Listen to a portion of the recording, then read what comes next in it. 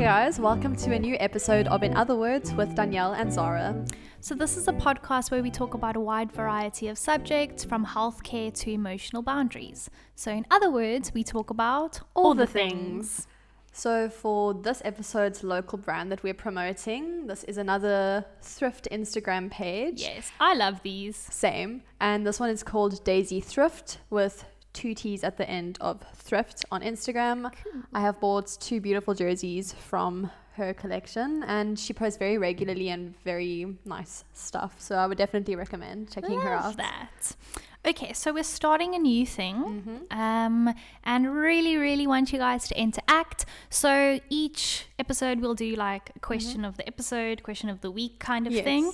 And I thought it'd be really nice to feature your voices. So if you have questions, please DM us and we're going to get you to send in an audio clip. It can be a question about anything from our views to who we are. Yeah. And yeah, we'll answer it in the episode. So cool. Do you want to take it away? All right. So ignore any background sound that you hear in this voice note. Hey, In Other Words podcast people. I am the father of one of you. Why are so few of the under 25s registering to vote? It is so important in this country, but yet, and everybody moans and groans about government all the time, but nobody votes. What's going on? All right. So thank you for the question. Yes. So I think one of the main reasons that young people are hesitant to vote, and I think this goes with any people really, is because it feels pointless. The ANC has been in power for a very long time. Over.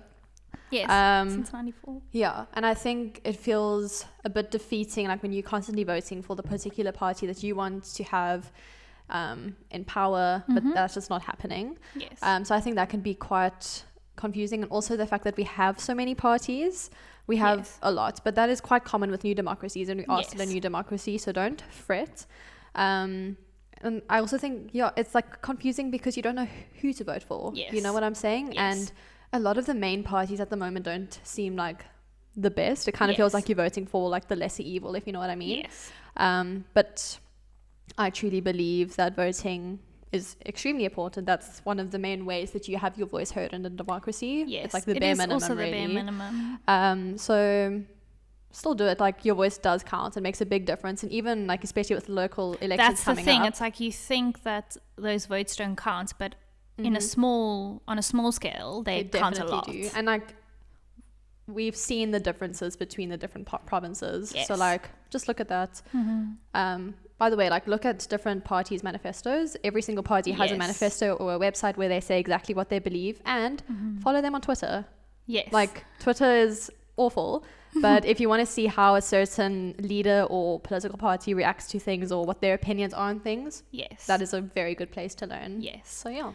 I think personally, I'll answer this from, a personal perspective because I didn't vote in the last election. So feel pretty terrible about that. Oh well. But I think for me, I was a lot less politically informed before. And I think it's again like, I'm like, who do I vote for when there's no political party with which I agree on all things? And it was like, if I vote for a small political party, is that a waste of a vote? Because will it count very much? And I think it is to your discretion. But the one thing, and I've learned this, especially in my theological studies and being a Christian, I'm yet to find a theologian/pastor on which I agree on all things. And I think it is the same with, with choosing a political party. Absolutely. It's choosing which one is going to serve the people and which party do I agree with most.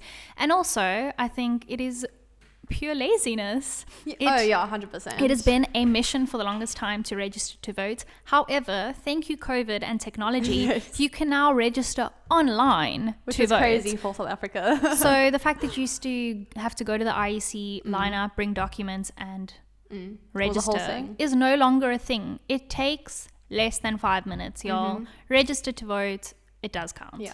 And also just remember, going back to the whole political party thing, the way South Africa works is we have a proportional representation system. So you can get your party that you want in to have more seats in parliament. Yes. So yeah, I would definitely encourage everyone who is of age to vote. Yes. Yeah. All right. Thanks for the question. So today, what are we talking about, Danielle? It's a long-awaited topic. We keep on teasing it, I feel. We have. We'll do a whole episode on this. Yes. So today we're going to talk about modesty, and particularly modesty culture. Yes, purity culture. Yes, it's quite prevalent in the church, but also in greater society. Exactly. So do you want to get on to what modesty is? Yes. So this is the Oxford Dictionary definition of modesty. It is the quality or state of being unassuming in the estimation of one's abilities, or the quality of being relatively moderate, limited, or small in amount, rate, or level. Cool. So it doesn't actually say don't wear a bikini. What? Wow. Shocker. That is shocking. Okay. So I think I want to preface with saying that modesty is not a bad thing. No. It's absolutely not a bad thing. Not we are at all. encouraged to be modest Exactly. in the Bible. However, I think the way it has been written, and I'm speaking now in a church context, Yes. is that it has been kind of corrupted in a way to shame women for literally having bodies. Yes. Which I obviously don't agree with. So if we look at some of the verses that speak about modesty, and I'm now looking particularly at 1 Timothy 2 verse 9. I think it's Paul probably. He always writes everything. Writing to Timothy. He says, I also want the women to dress modestly with decency and propriety, adorning themselves not with elaborate hairstyles or gold or pearls or expensive clothes. Yes. So if we look particularly at the things he mentions, right, it's very much about wealth. Yes. It's about your heart, like why are you wearing such expensive clothes or whatever. Like he's speaking about people who are trying to show off their wealth in particular, and that's not a bad thing. Like I definitely agree with Paul in that way. Exactly. But I think it's kind of been twisted as a way to say like, oh, that girl is wearing a strappy top in church. That is illegal, and you're making men sin. Exactly. And I think the important thing is to understand that modesty is a biblical principle that applies to all people. Every single person. And it has very much been like targeted at females. So females must particularly dress modestly. And the reality is that this is an instruction that applies to all people. And there'll often be instructions where it speaks about this is what needs to be done, and it's just happens to be a he, like he should. Yes. But as a woman, I don't ignore those. I'm like, that's not important, because they are biblical principles that apply to all people. So modesty and being modest is a message to both men and women. Because I think like also what's important to note is that you can literally be dressed in the most conservative kind of clothing ever, and you can still be immodest. Yes. In like your spirit and your heart and that kind of thing. Like if the clothes that you're wearing are like very expensive, if like they're purposefully showing off your wealth, if you're wearing like a lot of makeup, for example, you can be considered immodest, if you know what I'm saying. And I really feel that the definition has really been too much tied to clothing. Instead of to a person's heart. And I think that for me is the most frustrating thing, especially because people have different convictions about what is modest. Yes. And it also differs according to cultures, according to time. Like back in the day, we weren't allowed to show our ankles. I say we as if I were alive. But women weren't allowed to show their ankles because that was seen as immodest.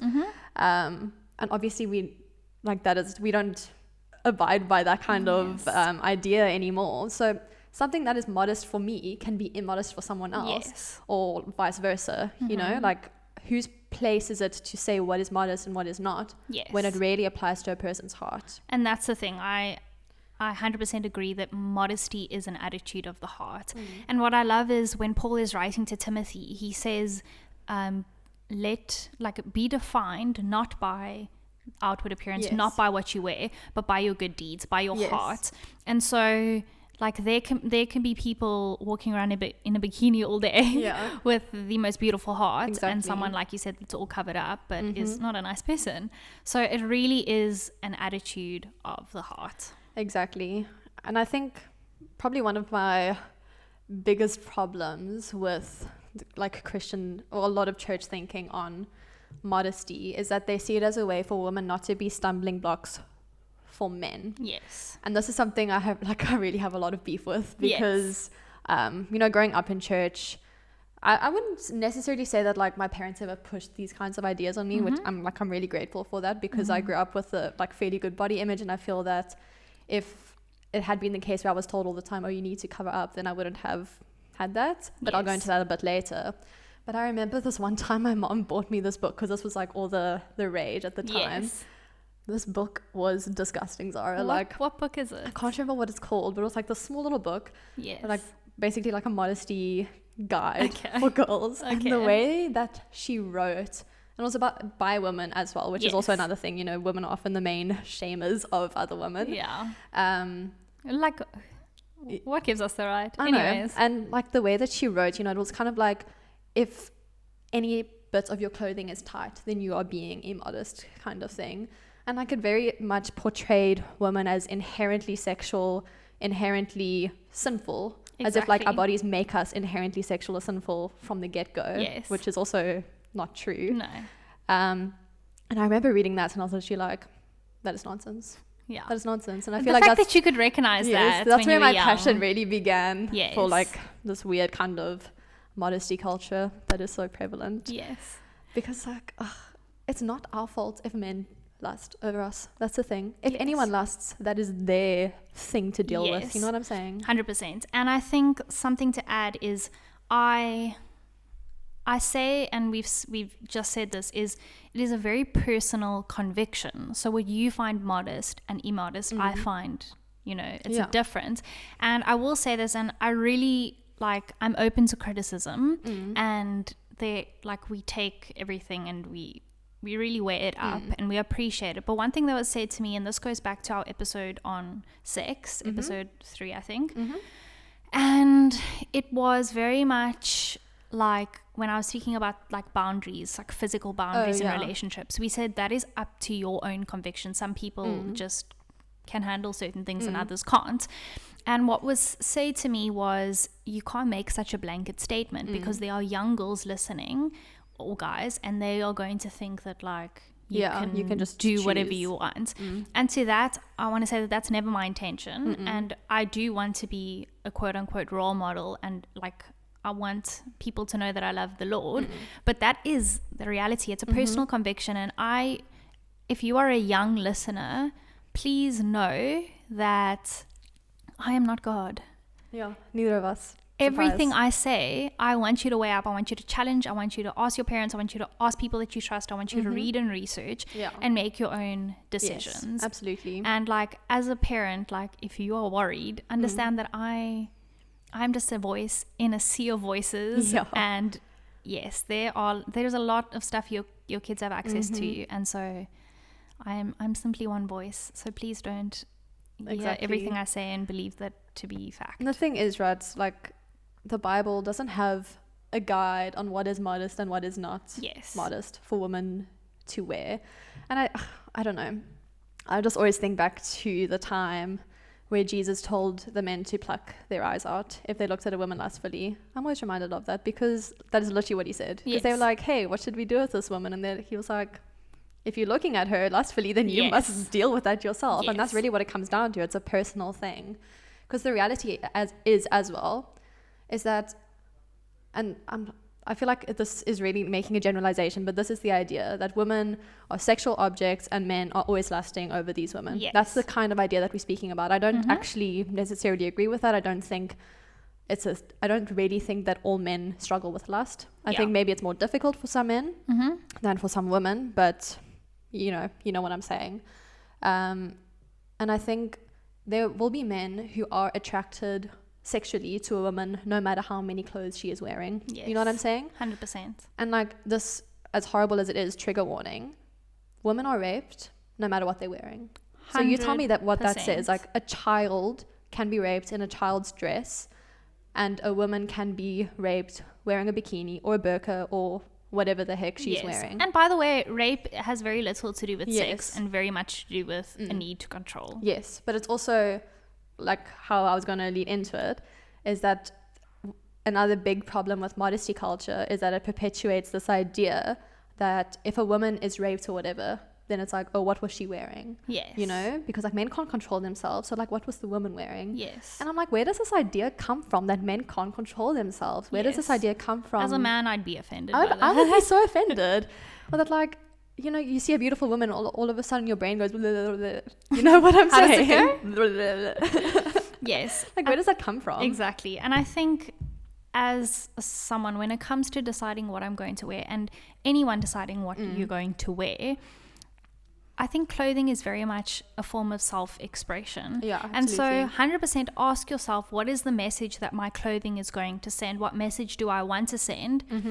And kind of stop it there. And I've always, this is personally, like, for me, modesty comes down to humility. Yes. So not seeing myself as like The best. yes. person So ever. like, I don't think I'm the sexiest person who needs to show every asset, but I'm not ashamed of my body, and I hate it that I need to cover it up, Yeah. because I think that can also be, It can definitely be a Yes. thing. and like, even if we always say the sentence, everything in moderation. Yes.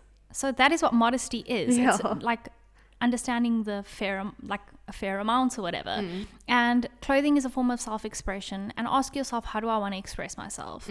And listen, you can hate on me, and this is not a judgmental thing, but I've always asked myself, when it comes to what I wear, am I dressing to look attractive, or am I dressing to look alluring? And I think what can be dangerous about dressing to allure others is you're very much trying to find some sort of worth or some sort of high Yeah. in having other people give you that attention. Do you know what I mean? Yeah. And so if you're dressing with the intention to get a married man to look at you, Yeah. Don't do that. yeah, no. Versus, like, I think it comes down to people's intentions, and we need to, again, going back to an attitude of Yes. heart, look at people's intentions and what are they trying to personally express. No, exactly. Yeah. And like, even just thinking, you know, to bikinis or swimming costumes or anything like that, you know, I feel like that's where a lot of judgment comes in. I remember Yes. like, I didn't really wear any bikinis until I was like 12 or 13. Now I cannot stand full piece costumes. I find them incredibly uncomfortable. I'm the opposite. Yeah. But like, I remember the first time someone said to me like, oh, but the only reason that you wear a bikini is to get boys to look at you. And I was like, huh? I just think they look nice. And dude, you have had a boyfriend for so long. Exactly. Like, you're not looking to No. impress anyone else. Like, I find, first of all, bikinis for me are more comfortable. I don't care if you wear, like, I don't care what you wear. For me, what I wear is comfortable. Yes. I am wearing a costume to be functional in the sea or in the pool. Yes. You know what I'm saying? And also, another thing is, I don't get the huge comparison between bikinis and full costumes, because, like, is my stomach so alluring that I need to cover it up? Right? Like, there are full costumes that are like almost just as revealing as bikinis. Yes. So that, for me, situation is a whole It's so weird. a whole other It's other so topic. weird. And again, it comes down to, why can a woman not wear a bikini but a guy can be shirtless? Because as a woman, seeing a guy with a six-pack, that might Yeah. like really turn you Exactly. on. You know what I mean? Yeah. So it's like, let's just weigh this up. And I definitely think a huge thing, like, again, I'm not a huge fan of the word stumbling block, but I do understand it's, Yes. I think, put yourself in a position and ask, like, to what extent am I going to cause someone else to sin or to fall? Yes. And for me, I always, like, I will never ever drink in front of someone that I know is struggling with alcoholism. I will never walk into a poorer community with my Adidas and like expensive jewelry. Yeah. Because Like, I'm reading it's a the time and room place, and yeah. I'm saying, what is my intention? What message do I want to send? And do I want to put someone else in a position intentionally? Exactly. But I mean, even if you look at that verse that I read at the beginning, the 1 Timothy 2 verse 9, he says you need to dress with decency and propriety. And that is basically saying, like, dress according to like the people that you're going to be around, you know? Yes. So like, if you're going into a poor community, don't dress like you're the wealthiest person in the whole world. You know, dress Exactly. appropriately. Yes. And this also goes into, like, I do think there are certain clothes for like a certain time and place. Yes. So there's some things that I won't wear at church because it's Yes. not the time and place for it. Same as university or a job or whatever. Like, I'm not Yes. going to There's wear... a reason why you don't wear like a baggy t-shirt Yeah. to work, and no one really questions that. Exactly. So it's So- like there is a time and place for certain things. Yes.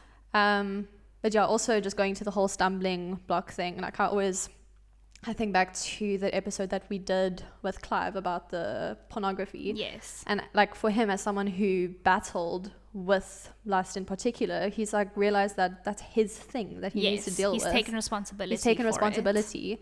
And like I think what's really problematic sometimes is that people try to put the responsibility of men lusting over women on women. Yes. Like that is your responsibility, but it's very rare, and it's really only becoming more popular now for men to be responsible for their own thoughts. Yeah. And again, anyone can be lustful, literally anyone. Yeah.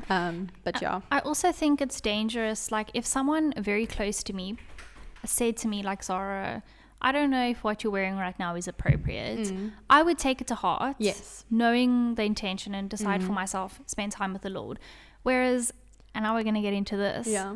My matric dance dress, I loved it. It was beautiful. And I had someone like personally message me and say, I don't think that was appropriate. You're going to be a stumbling block to the young men in our church. No, and I was showing leg, and I literally her leg, and she has good legs. But like if you look, legs. if you look at like other dresses, like it really was not that revealing for me. I personally felt no conviction, and I actually chatted to some other older men like that I trust, and they were like, "You looked lovely," like you know. So just be careful. Like, is it your place? And most of the time, it is not. So think about that. But yeah, like I think that also comes from like a weird projection kind of thing. Yes. Like if you personally are battling with lust for thoughts over a woman, like don't pretend that that's her fault. Yes. If you know what I'm saying. I'm sorry if you like my legs. Yeah. It's like most people like your legs, Laura. Yes, Laura, that's true. Zara. I don't know my name. I know. I was just like what's it called when the words start with the same letter? Listen, you're asking the wrong person. Anyway. Okay, then I had a question for you, because like, for the Christians listening who specifically believe that like there's a certain level to which you need to cover up, why do you think that is? Why do people think there's a certain level you need to cover up? Yes, as a Christian. Okay, well, I think a lot of it comes down to the whole stumbling block verse that was spoken about. Surprise, surprise, most of the time that the stumbling block was used in the Bible was not to speak about bodies or anything like that. It was meat sacrificed to idols, guys. Like a completely different topic. Yeah, women are not meat, just so you know that. So I think a lot of it is due to that, and I also think it's a lot due to the patriarchal nature of the church. I think, you know, the church is very patriarchal by nature, and I'm not like trying to shame the church or anything. That's just how it is at this point. And I think for some churches it's like easier to kind of control women in that way, rather than to actually speak about the difficulty that is lust or men being weird about women. And by the way, like it's really bizarre to me that like young girls, and I'm speaking like before puberty even, like they also have like these weird standards of modesty pushed on them. And like I remember this as well in church, like being told like, oh, you shouldn't wear short shorts, and like this was me like 11 or 12 years old, and I'm like, I don't even have any curves on my body. What man is looking at a young adolescent girl and lusting over her? Like to me, if you're doing that, you need therapy. So think about that. But yeah, why do you think? So for me personally, I feel like I've found a good balance between like showing skin and being comfortable, and not like being too revealing, in my opinion. But I think for a huge personal reason is I feel like in that way I'm honoring the Lord and honoring my future husband. And I mean, you guys can think whatever you want and disagree however you wish to disagree, but for me, like, I do believe that like there is an intimacy that is reserved for marriage, and that intimacy just comes with complete nudity. And for me, in a sense, like dressing modestly kind of protects that intimacy in a way. And I don't know if that makes sense to everyone, but that's kind of a huge reason why I've made the decisions that I've made. So I can't believe we didn't say it before, but I mean, dressing modestly is a lot to do with honoring God in that way. because you're like, ultimately everything that we do as Christians should be to honor God. Exactly. And like if you're doing it for other reasons, then it's kind of like, and obviously you can honor God through different reasons.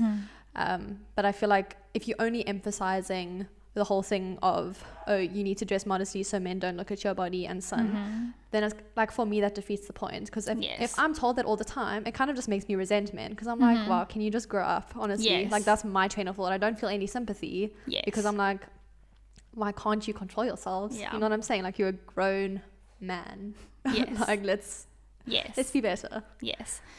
Another thing is also, and I tend not to be, I've never been an extremist. Like, I never lean more to one side than another side. Which is good. I'm very often in the middle, maybe to my detriment. Sometimes I think it's best.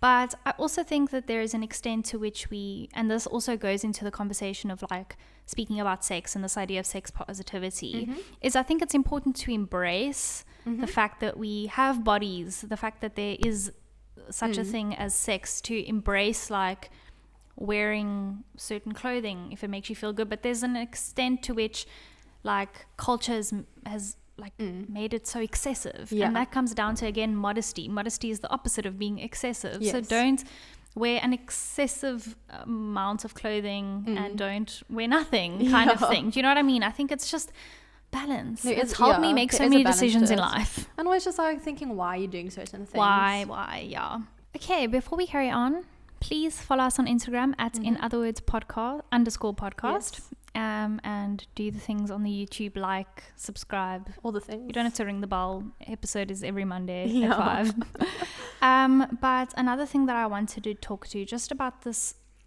whole idea of, I feel like it's all about fear. Like, a woman wears a lot of clothes because she is afraid of, you know, tempting someone. And I think men, to an extent, are afraid of women because they've been taught that, like, women are the temptresses. And, like, I'm not out here trying to tempt y'all, and I don't think a lot of women are. So I think that fear-based topic is, like, very scary for me. And I often think with modesty, it's very much based on like your worth and your purity, when I actually think modesty is about respect and honor more so than anything else. And there's this book called Every Man's Battle, but it's a lot of Christian books. And I mean, I haven't read Every Man's Battle, not that I would have a problem reading it just for interest, but it starts off by basically telling guys that, like, you are a lustful being, which it's in our nature to lust after a lot of things. But there's nothing in the Bible that says that men are all lustful. There's nothing. It's not biblical. And it does, is this idea that men are more visual than women. And I think stereotypically that can be the case. However, it's not the rule. I think maybe women are visual in different ways, but yes. If you've ever been in a conversation with women about a certain type of man, like, women are visual, so let's not, exactly. And I think that it basically starts by telling men that your enemy, in a sense, is like a woman jogging or a woman in a bikini. And it's like, it's so sad. How can you make women the enemy? And I also think, as a guy, like, you must be terrified because you don't want to fall into lust. And what's interesting is Jesus says, if you look at a woman with lust, you've committed adultery in your heart. And I heard this in a podcast, and I recommend you listen to it. I think you have to, I would say, like, rather be of age. It's a lot of the podcast is just more geared towards marriage and stuff like that. But especially the end is quite important. But by the way, it's on Justin Ku's channel. That's the podcast I'm talking about. But it's this woman on there speaks about how Jesus says, if you look at a woman. So there is an intentional looking. And Jesus was always with women and he didn't struggle with lust. But it's because he didn't choose to look at women. He chose to see women. And I think the education of this idea of lust and modesty needs to come from a place of recognizing that each and every single person is a human being of value, created in God's image, and not a thing. And we're going to go into the objectification of women, but it's this idea of looking at a woman so that's intentional, and then lusting after her. In other words, allowing your mind to go to, like, to dark places, a sexual place. And so it's intentional. And what's interesting is if I go to, let's just say, Devin, and I'm like, Devin, you look so good today. I like your It doesn't haircut. mean that you're lusting I like over your him. jacket. Yeah. I'm recognizing that Devin's a human and he looks good. Whereas if a guy comes into a woman and says, you know what, you look so pretty today, you look beautiful today, you immediately think, ooh, he must have ulterior motives. Which is also really sad. Which is just so sad. Like, Yeah. you can recognize, and even like, again, we've spoken about, I don't understand why boobs are like a lustful thing, but it's the reality. And like, as you grow older, you begin to recognize, wow, a woman has boobs. Recognizing that a woman has boobs and lusting after a woman is a different thing. Yes. So like, make an environment where it's okay to talk about these Absolutely. things. And there are ways that you, as a guy and as a girl, can fight these feelings, you know? And from a place of, I want to recognize people as people, not from a place of, I'm going to go to hell if I think this, and this. Because that's the thing, right? It's the thing that's taught a lot as well. And I'm not necessarily saying in our church. I just want to say our church is like pretty good with this kind of topic. That's kind of why we go to the church. We're happy there. But like the idea that as soon as a man looks at a woman, he's already lusting. Like that is this kind of narrative that is implanted in like a young boy's brain from the beginning. And like, I just don't buy into that. I'm sorry. Like you can recognize a person's beauty, inner and outer, without lusting over them. And I also think like what you're saying with this whole fear thing, I think this whole modesty culture creates this very vicious cycle in the sense that, okay, so for women, for example, they are told you need to cover up because your bodies make men sin. Yes. And I think the vicious cycle there is that a lot of women develop these really bad body issues because 100%. it's like, oh, men see my body as sexual, I need to cover up, my body is inherently sinful / sexual, therefore like my body is bad. And it's like this whole vicious cycle. Like it starts off as being modest and then goes to this like really dark thing of, oh, I hate my body, like why did God give me this body kind of thing. Which is really sad. Like our bodies are made in God's image, and not only that, but our bodies are functional, you know, like everything that we have is there for a reason. And it's not for men to look at. Surprise, surprise. And obviously like bodies are beautiful, like women's bodies are beautiful. You're beautiful, Danielle. Thank you. So like you can recognize her beauty. And then I think for men, the problem is, and I briefly mentioned this before, but it's, you know, you're told women need to dress modestly so that you don't look at her. And then men are thinking, well, what is there to look at? And they are like, that's this kind of idea is that a woman's body is for men to look at because that's why they're covering up, obviously. And so I think it also creates this obsession with women's body, which can lead to really awful things such as pornography addictions, you know, like, oh, well, there's something there for me to see, so let's take a look. And then you find what you need to find in the wrong places. So I think that's really, for me, a really big concern. And also just the idea that women are only sexual, you know, like this is an idea that's been perpetuated throughout history, really.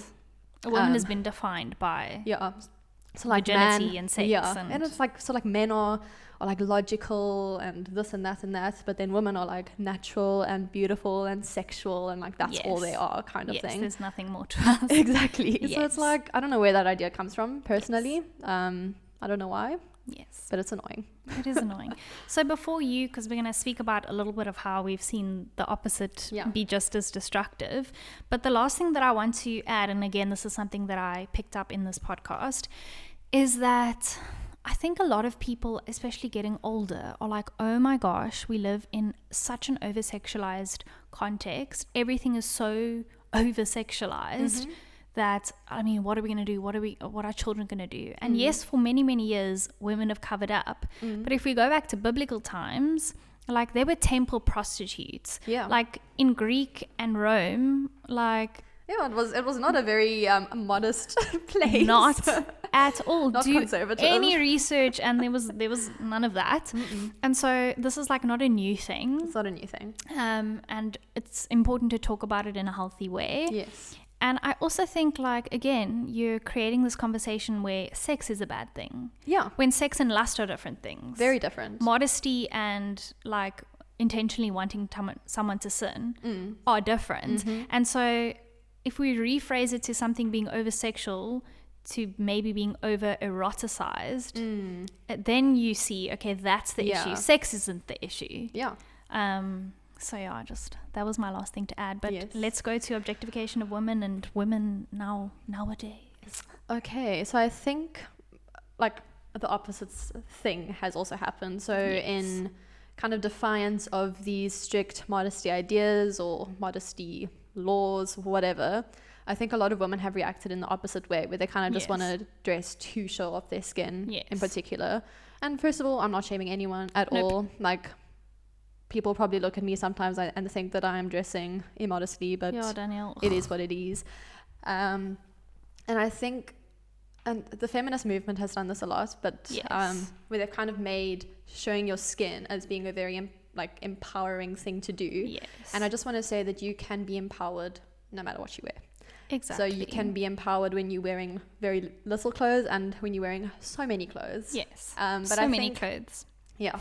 So I think the dangerous thing in terms of like dressing very seductively, if that is your intention, of course, or just dressing to show a lot of skin, is that it often plays into these patriarchal ideas of women. Yes. And I think this is something I think about all the time, is that women have been like duped to think that they need to show off a lot of skin to be empowered. Yes. 100%. Because let's be real, men want to look at us. That is like this weird thing that they have, and I don't think it's natural. I think it's something that's been bred in our culture. Yes. I don't think men are like naturally like that, if you know what I'm saying. And again, like a lot of issues we have in the world, we'll always say as Christians, like it's a result of sin. Do you know what I mean? Yeah. Like we weren't terrible before. And so I think like you, once again, look at why you're doing what you're doing, and also just think of the consequences of your actions. And by that I mean like these, you know what I'm saying, like these ideas still play into the patriarchy. Yes. And if you listen to our feminist episode, the patriarchy is the bad thing. Men are not the bad thing. It's the patriarchy. We love men. So I think like with women only like dressing to show off their skin to be empowered, it's like one thing. But like you can dress however you want to, but like let's not pretend that something is like this feminist revelation. Yes. You know what I'm saying? Exactly. Yeah. And I think in our attempt of defiance, we almost we objectify ourselves. It's like we don't want to be an object of men, so I'm going to show off as much of my body and act as seductively as possible as me taking my power back. Yeah, but men will still objectify you. That's the thing. Yes. And so I think it's just, again, just be wise. And like a message to like especially Christians is honestly just ask yourself and ask the Lord how best you can honor him in what you wear. And like don't allow legalism to like push you in a certain direction, and don't allow this like kind of warped idea of skin is empowerment like push you in the other direction. Exactly. And I mean, that idea can really be seen in a lot. I mean, I've seen people on the internet telling young girls like, oh, when you turn 18 then you should get an OnlyFans account so that you can like really be empowered and make your own money off your own body, kind of thing. And I'm like, bro, that is so like, it's so wrong actually, because like the world is still a dangerous place, and like a woman's body is still seen as like this commodity, as like the sexual object. And I'm like, why would you want to play into those ideas? You know what I'm saying? Once again, I just want to clarify that I really do think that you must dress the way that you want to dress, but always look at your intentions. Yes. And just be careful, because we do live in the world that we do. You know what I'm saying? And I don't think like, I think another weird idea that comes with this is that like, I've actually said it already, but you know, women are the objects and men are there to look at the objects or to feel the objects or all the gross things. And I don't think it's natural. I think once again that's something that's been bred into our culture. Yes, and like you can be attracted to someone. Yeah. And not lust after them or make them an object. Exactly. And the last thing that I like want to say, because I feel like I've said what mostly like I want to say, but it's just like as a parent I feel like this can be very difficult. I think being a parent is incredibly difficult. Absolutely. But again, like I think a lot of kids will end up resenting their parents for like maybe like adding these ideas and these restrictions. But for me, like, if I think about being a parent, and I don't know if I ever will be one, but like as a parent, I feel like your main intention is just to protect your child. And so a lot of people will just not post pictures of their children on social media because the world is such an ugly, messed up place. And I think the important thing is, as a parent, I think you do have the right to kind of put rules and boundaries in place. So if you as a parent don't want your child wearing a bikini until like a certain age, then I think you're well within your right. However, make sure you explain to them why you feel that way. Why, like, if this is a form of protection, why it is a form of protection. Like, the important thing is dialogue and having kids understand why you put boundaries in place, and then also understand that when they get to a later age, they have to make their own decisions. Yeah, because I think the whole like conviction thing is often overlooked in terms of modesty, but I mean, people do have different convictions when it comes to these things. Yes. And also, like, they could change as well. That's the thing. Like, for a certain time in your life, you might feel that you need to dress very modestly, but at another time you might think like, oh, it's actually fine if I ease up a little bit. You know what I mean? But yeah, I think I've said everything I want to say. And just especially like in this culture where like men are seen as the bad thing, like just don't allow like shame to build up, and don't hate yourself. Just deal with your issues. Deal with your issues. Take responsibility for your own actions, for your own thoughts, and just remember that modesty is not only clothing. It's like goes way beyond that. Way beyond that. You are. And yeah, cannot stress this enough. But you can dress how you want, but always just look at your intention. Look at the heart, guys. Exactly. That's such a Christian thing to say. I know. Look at your heart. God doesn't look at the outward appearance. He looks at the heart. Exactly. But yeah, this was good, and we might get a lot of hate, we might get a lot of love, but our hearts are in the right place. Okay, guys, we will see you next time, and yeah, we're excited for more to come. Indeed. Bye. Bye.